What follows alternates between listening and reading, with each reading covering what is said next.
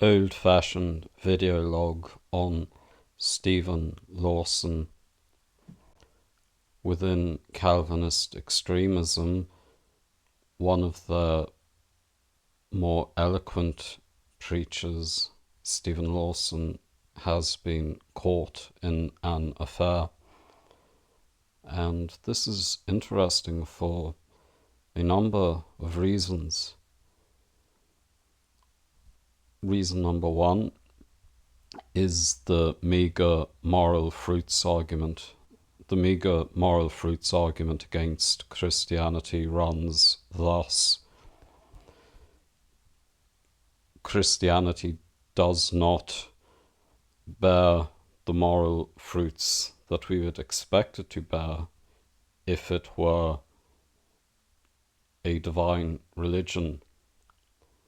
Christianity operates as though there were no God at its back end.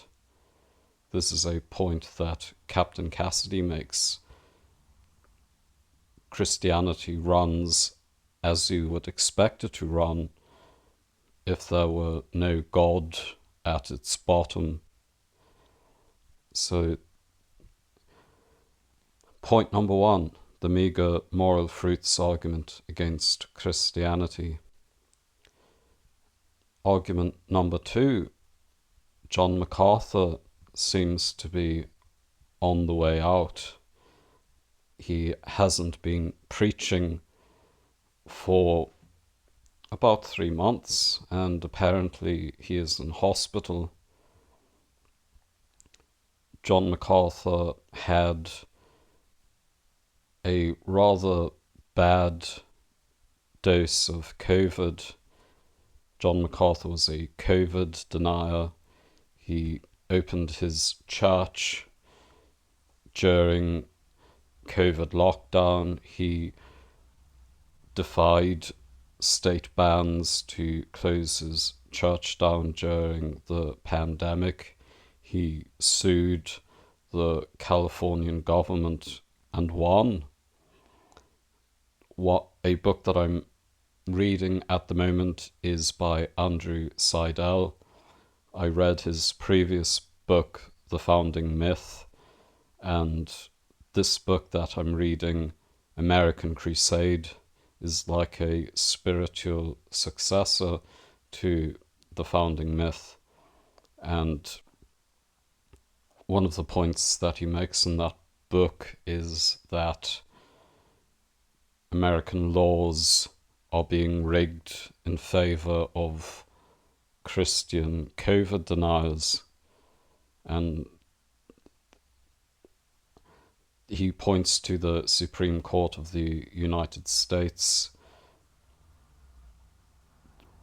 If a Christian was being brought up on charges of COVID denial and opening his church and having super spreader events, the Supreme Court would rule in his favor. And so John MacArthur is like the center of gravity within the Calvinist-Extremist movement. Now that center of gravity is about to go to be with the ground. He is about to be disposed of in the soil. In the words of Aaron Ra, he is about to become a coffin full of rotting ape meat. And I began to wonder who his successor might be. And I thought his successor, in all probability, was going to be Stephen Lawson. In Dan Brown's novels, there is a phrase, papabile. Papabile means popable. It means a cardinal going into the conclave with a good chance of coming out as pope. And to me, Stephen Lawson seemed eminently papabile. I thought that when the demise of John MacArthur comes, that Stephen Lawson would fill that role of being the center of gravity within Calvinist extremism. John MacArthur is sometimes called the Pope of Protestantism. However, that is a little unfair, because the church model that they advocate, I think, is either Presbyterian or congregational. However, in both of these polities, the local church is essentially autonomous. And so the Pope of Protestantism, he can only influence things through influence. John MacArthur has no jurisdiction outside of Grace Community Church in California. However, he has a huge amount of influence because he has Bibles, he has hymnals, he has Grace to You, he has conferences. I think that he even has a music empire, and that is how he influences churches. And I thought that when John MacArthur died, that center of gravity of Calvinist extremism would move to Stephen J. Lawson. However, Stephen J. Lawson has now seemingly retired in disgrace. So it makes me wonder who's going to replace MacArthur. There doesn't seem to be any obvious successors to John MacArthur. And if there is a succession crisis, and I think there will be, then churches will be split in two, media empires will be torn up. It could be very disruptive if John MacArthur doesn't have a natural successor. Will the Shepherds Conference still run? Will Masters Seminary and University still run? If there is not a natural successor to John MacArthur? These are all open questions. I thought that Stephen Lawson would fill that role as the elder statesman of Calvinist extremism, but he has now resigned in disgrace. Another point is, I quite liked Stephen Lawson. I totally disagree with him, but I like him. One thing I really like is church history, and if Stephen Lawson gives a sermon on church history, it's fabulous. I was reading about George Whitefield. George Whitefield was a Calvinist-extremist Anglican preacher who preached in England, and then he would get on a boat and preach in North America, and then he would take the boat back to England and preach there. I think he even preached in Ireland once, and a Catholic mob almost killed him. They ran after him, so he was even here in Ireland. But Whitefield, he would give these amazing sermons, and he would paint such beautiful pictures with his words. And one time he was giving this sermon about a beggar, a blind beggar who was wandering close to the cliffs. And he painted the scene so perfectly that whenever the beggar eventually fell off the cliff, one of the people in his congregation moved to try and catch him, because the word painting was that good. Stephen Lawson similarly, listen to one of his sermons on church history, and if you have an interest in church history, you'll be swept up in it. So Calvinism, American fundamentalism, has lost an extremely good preacher, an extremely dynamic, eloquent, mesmerizing preacher, and now he's gone. And all of these vacuums within the fabric of American evangelical Protestantism, they all add up. I was listening to Matthew Everhard there. To me, he looks mentally ill. One can see it on his face. His religious beliefs are that bizarre that it has completely rotted away his mind, in my opinion. But he was saying that it would have been better had Stephen Lawson died than that he had fallen into adultery. And to me, this just underscores how different the values of Christianity are to the values of secularism.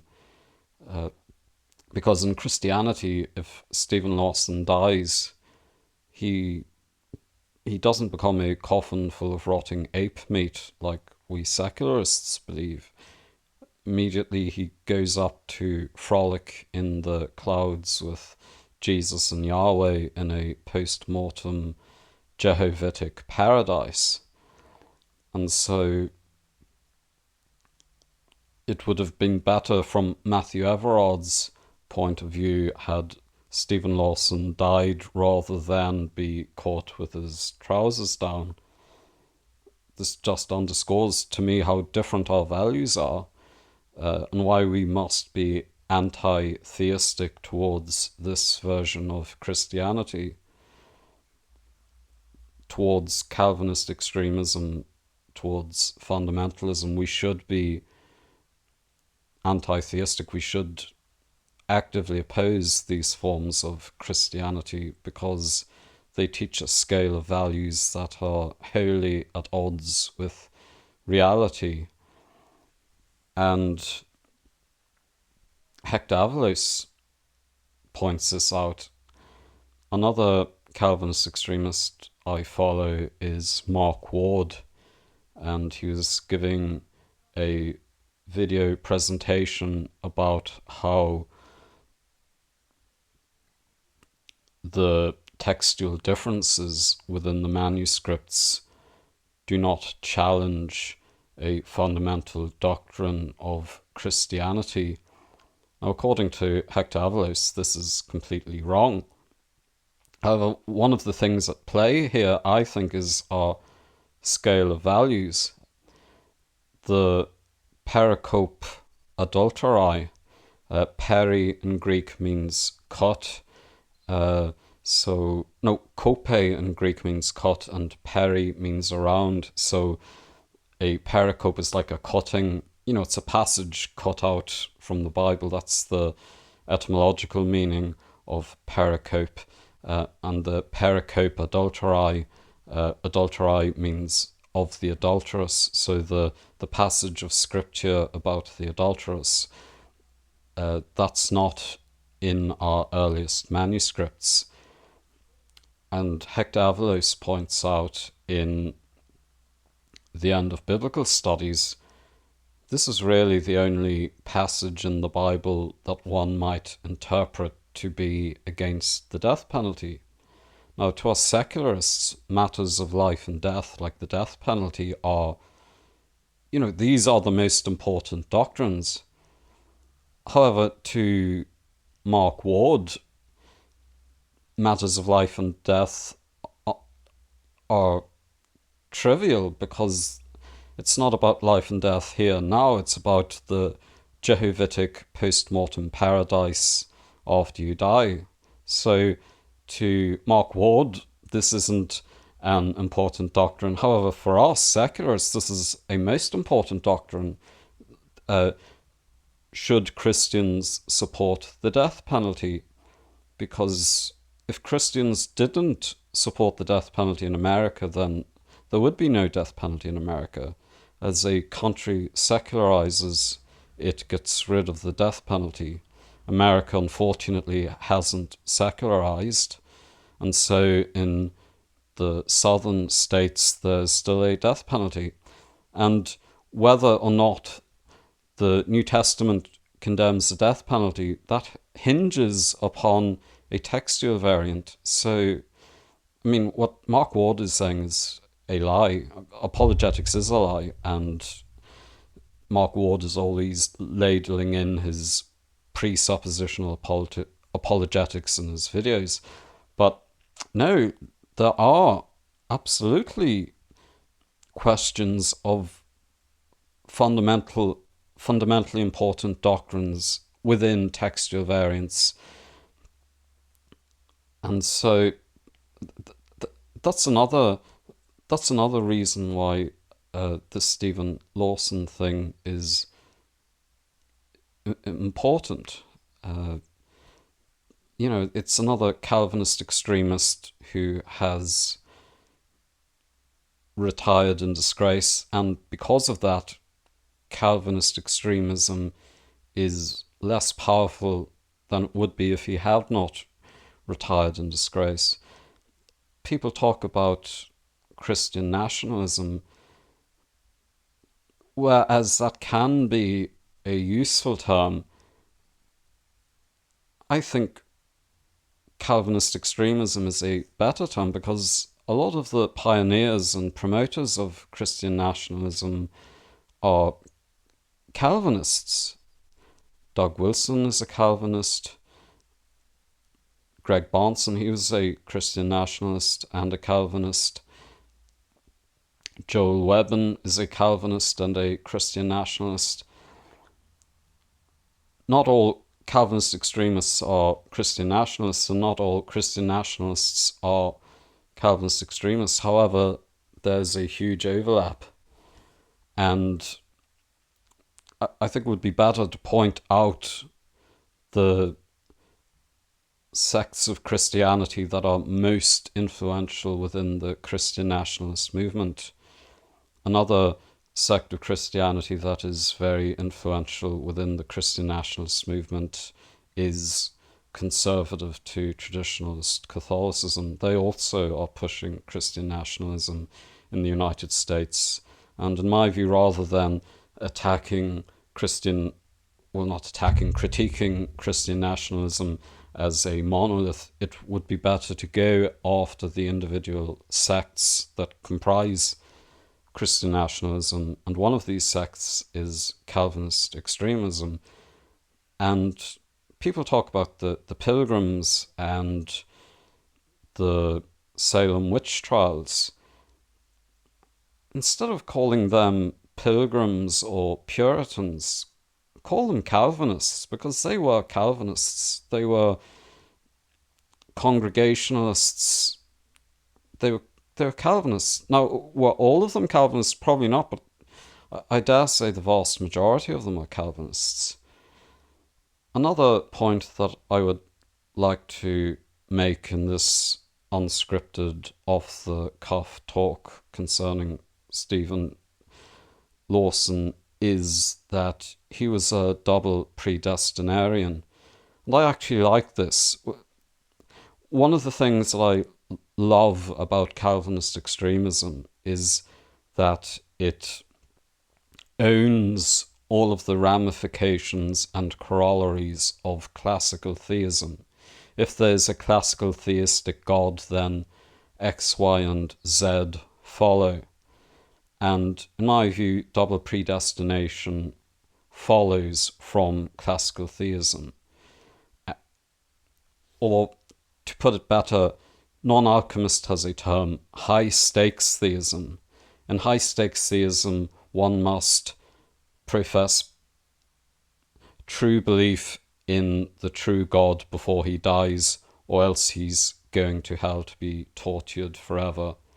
As Captain Cassidy puts it, God is going to set your ghost on fire after you die. So in high-stakes theism, if you get the God question wrong, then God is going to set your ghost on fire for all eternity after you die. And now, in high-stakes classical theism, I think it follows that predestination is a thing, because God knows everything, God instantiates everything, God didn't even have to create. God, instead of God, instead of sending people to hell, could have simply not created to begin with. So, and one should read Arthur Pink's The Sovereignty of God, because he goes into this. If God knows everything and he creates a person knowing that that person will employ his free will to go to hell, well, according to Pink, that God has as good as damned him simply by creating him, as good as reprobated him, as good as creating him. So Calvinists, one thing I like about Calvinists is that they are able to embrace the startling ramifications of Christian high-stakes classical theism. And one of these startling ramifications, logical conclusions of high-stakes Christian classical theism, is that God creates people in order to damn them for his own greater glory. And one of the things I like about Steve Lawson is that he has the honesty to admit that. Because if you are a classical theist, if you are a high-stakes Christian, and if God knows everything, God instantiates everything, God has the choice not to create at the beginning, then God, as well as damns a person if he creates him knowing that that person is going to freely choose to go to hell. And one ought to read The Sovereignty of God by Pink on this question. Pink assumes that God is a classically theistic God, and then from that standpoint begins to critique anti-Calvinist objections to Calvinism. So Calvinism is a very cruel and silly religion, because a God who would create people so as to send them to hell for his own greater glory, that God is a lunatic. As Rabbi Tovia Singer said, such a God should be sent to the War Crimes Tribunal at The Hague. I wanted to cover this because most of the videos that you see online are from Christian believers, and I just thought that I would give a secular perspective to the Stephen Lawson scandal.